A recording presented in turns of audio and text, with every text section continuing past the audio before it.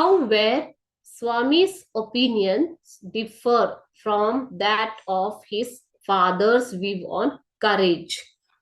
ಸ್ವಾಮಿಯ ಅಭಿಪ್ರಾಯ ಮತ್ತು ಸ್ವಾಮಿಯ ತಂದೆಯ ಅಭಿಪ್ರಾಯ ಹೇಗೆ ವ್ಯತ್ಯಾಸವಿದೆ, ಅದರಲ್ಲಿ ವ್ಯತ್ಯಾಸ ಹೇಗೆ? ಧೈರ್ಯ, ಕರೇಜ್ ಅಂದ್ರೆ ಧೈರ್ಯ. ಓಕೆ, ಸೊ ಧೈರ್ಯದ ಮೇಲೆ ಸ್ವಾಮಿಯ ಅಭಿಪ್ರಾಯ ಮತ್ತು ಆತನ ತಂದೆಯ ಅಭಿಪ್ರಾಯದಲ್ಲಿ ಏನು ವ್ಯತ್ಯಾಸ ಇದೆ?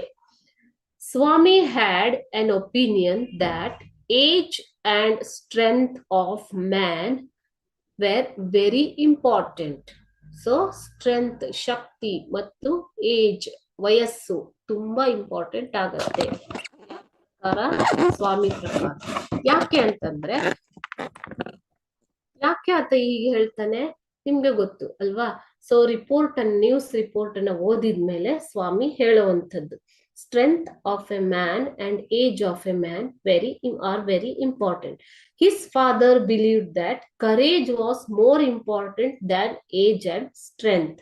So his father is of the opinion that courage is more important than age and strength. According to him, a man could do anything if he had courage. So idu ತಂದೆಯ ಅಭಿಪ್ರಾಯ. ಸೊ ಸ್ವಾಮಿಯ ಪ್ರಕಾರ ಏನು? Age and strength of a man are very important, but according to his father courage is more important than age and strength. So these are the differences between Swami's and his father's viewpoint on courage. ಕನ್ನಡದಲ್ಲಿ ಹೇಳ್ತೀನಿ, ಸ್ವಾಮಿಯ ಪ್ರಕಾರ ವಯಸ್ಸು ಮತ್ತು ಬಾಹ್ಯ ಶಕ್ತಿ ತುಂಬಾ ಮಹತ್ವವಾಗಿದೆ, ಆದರೆ ಆತನ ತಂದೆಯ ಪ್ರಕಾರ ಧೈರ್ಯ ಎನ್ನುವುದು ತುಂಬಾ ಮಹತ್ವವಾಗಿದೆ ವಯಸ್ಸು ಮತ್ತು ಶಕ್ತಿಗಿಂತ. ಯಾಕೆ ಅಂದ್ರೆ ಧೈರ್ಯ ಹೊಂದಿದ್ರೆ ಒಬ್ಬ ವ್ಯಕ್ತಿ ಏನನ್ನಾದ್ರೂ ಸಾಧನೆ ಮಾಡಬಹುದು ಅನ್ನೋದು ಅವರ ತಂದೆಯ ಅಭಿಪ್ರಾಯ. These are the differences. ಇದೆಲ್ಲ ಪ್ಯಾರಾಗ್ರಾಫ್ ನಿಮ್ಗೆ ಫಸ್ಟ್ ಏನ್ ಆನ್ಸರ್ ಅಲ್ಲಿ ಹೇಳಿದೆ ಅದೇ ಪ್ಯಾರಾಗ್ರಾಫ್ ಗಳಲ್ಲಿ ನಿಮ್ಗೆ ಬರುತ್ತೆ. ಇದು ಸೆಕೆಂಡ್ ಪ್ಯಾರಾ.